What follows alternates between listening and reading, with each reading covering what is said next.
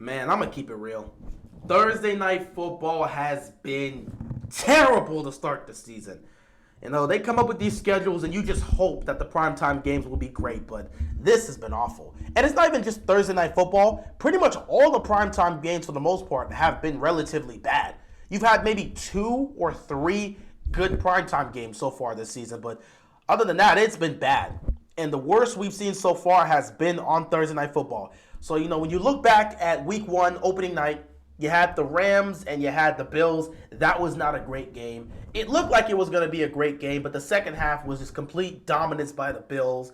The Rams just looked out of sync. They played terrible, and the Bills ultimately won that. So it's a game that had potential, but ultimately didn't live up to that potential. Week 2, you had the Chiefs and the Chargers. They had some good moments. I think you can sit back and say it was a relatively good game, maybe even a great game, but there was some moments in that game where it's like, this isn't some good football.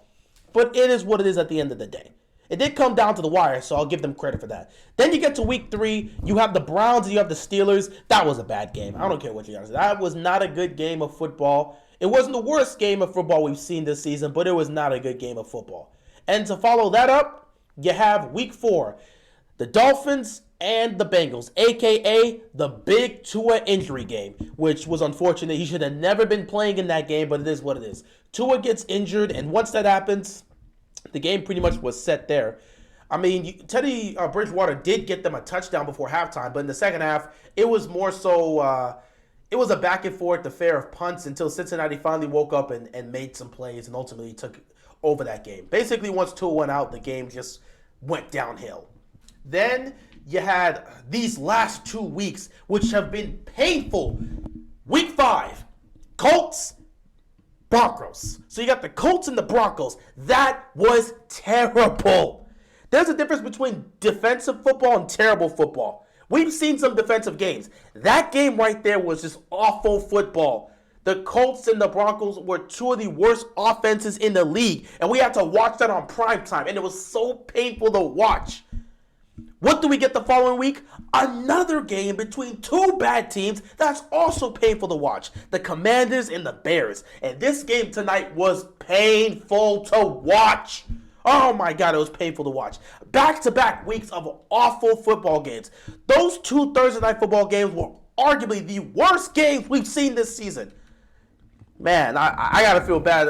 A little bad, though. A little bad for Amazon Prime, because this is what you're putting out there. You got these games on Amazon Prime. Who the hell wants to sit here and watch this nonsense?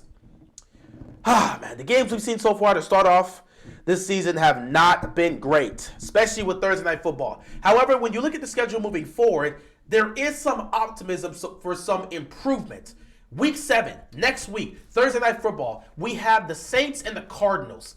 Saints had a good game last week, so maybe they can bring that same offensive power to Arizona. Meanwhile, the Cardinals, they had a chance to beat the Eagles. They were playing well, but ultimately they blew the lead. They lost the game because their kicker couldn't make a field goal to tie the game. It is what it is. But the Cardinals should be a good team, or at least an entertaining team to see on primetime. So that game next week looks to be promising. We'll see if it lives up to it. Then week 8, we have Baltimore going up against Tampa Bay.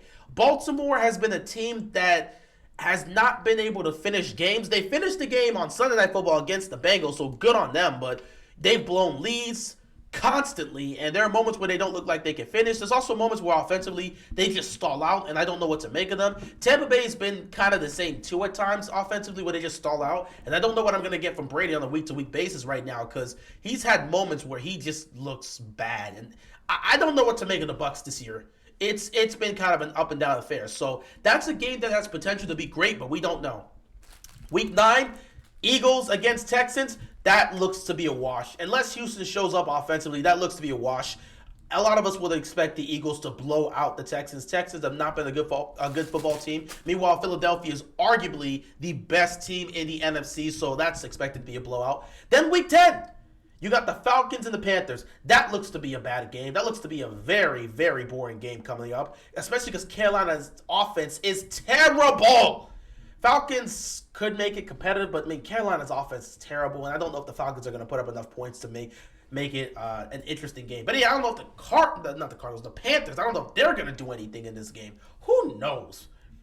Then after that, week 11, you got the Titans and the Packers. Again, two teams I'm not fully sure what to make of them. This looks to be an interesting matchup, but the Titans, they've struggled at times. They won games, but they've struggled at times. The Packers, they've struggled at times as well, especially offensively, trying to figure out life without Devontae Adams has been struggling for them. So, it's I don't know what to make of this game. It's a coin flip right here. Next week, week 13, the Buffalo going up against New England. I have no clue who's going to be the quarterback by then. Maybe Mac Jones is back. I don't know. Either way, I see Buffalo blowing them out. If Buffalo plays their style of football, this should be a blowout. So I don't think this is going to be a great game. Then week 14, you've got the Raiders taking on the Rams. That's a coin toss as well. I don't know. The Rams have struggled a lot. The Rams have visibly struggled over the last couple weeks. Matthew Stafford he's returning back to his Detroit Lions form. He's just playing bad. He's really reverting back to those times in Detroit. It's not good. And the Raiders, they've had moments where they played well, but they're just not finishing games. And that's why they're 1-4. So I think that's a game that's also another coin toss. It could be interesting, but I don't know. Week 15, Niners, Seahawks. I love what I'm seeing with Geno Smith. He's off to a great start this season. He's been fantastic. Maybe offensively they'll continue that pace, but who knows? Especially by week 15. Meanwhile, the Niners, offensively, they're not doing much with Jimmy Garoppolo. It's probably going to be a defensive game when you look at that one. Then again, Seattle's defense isn't great, so I don't know what to make of that game. That could be a coin toss, but I'm not expecting a lot from it. Then week 16, you have the Jaguars taking on the Jets. That looks to be a bad primetime game on Thursday Night Football. I don't expect much from that, but who the hell knows? And then to end it off, the final Thursday Night Football game this season will be the Cowboys taking on the Titans. I don't know what to make of that game either. Cowboys and Titans, again, they've had moments where they've struggled, but, they've overcome it, especially the Cowboys. Since Dak's gone out, they've been undefeated, and I don't know how long that's going to last. Obviously, they're going to play primetime, Sunday Night Football against the Eagles, and it's going to be Cooper Rush at quarterback, but eventually Dak's going to come back, and does Dak coming back ruin the momentum that they have right now of winning games or what? Now, if the Cowboys lose on primetime against the Eagles, then at that point you can say the dream of Cooper Rush is over and you can get back to Dak. But I don't know. If they beat the Eagles, I don't know how you go back to Dak Prescott. But by week 17, I just don't know. I don't know what to make of the Cowboys and Titans at this point. So that looks to be another coin toss. Could be interesting, but we'll see. And yeah, that's pretty much all the primetime games here for Thursday Night Football. And it's been a rough start. A lot of games have been bad, but there seems to be some level of optimism moving forward with some of the games. The next 2 weeks should be good Thursday Night Football games unless those teams don't show up. But then after that, you get 2 weeks of bad Thursday Night Football potentially. And then after that, it's just a mixed bag of games that could be good or could go another way.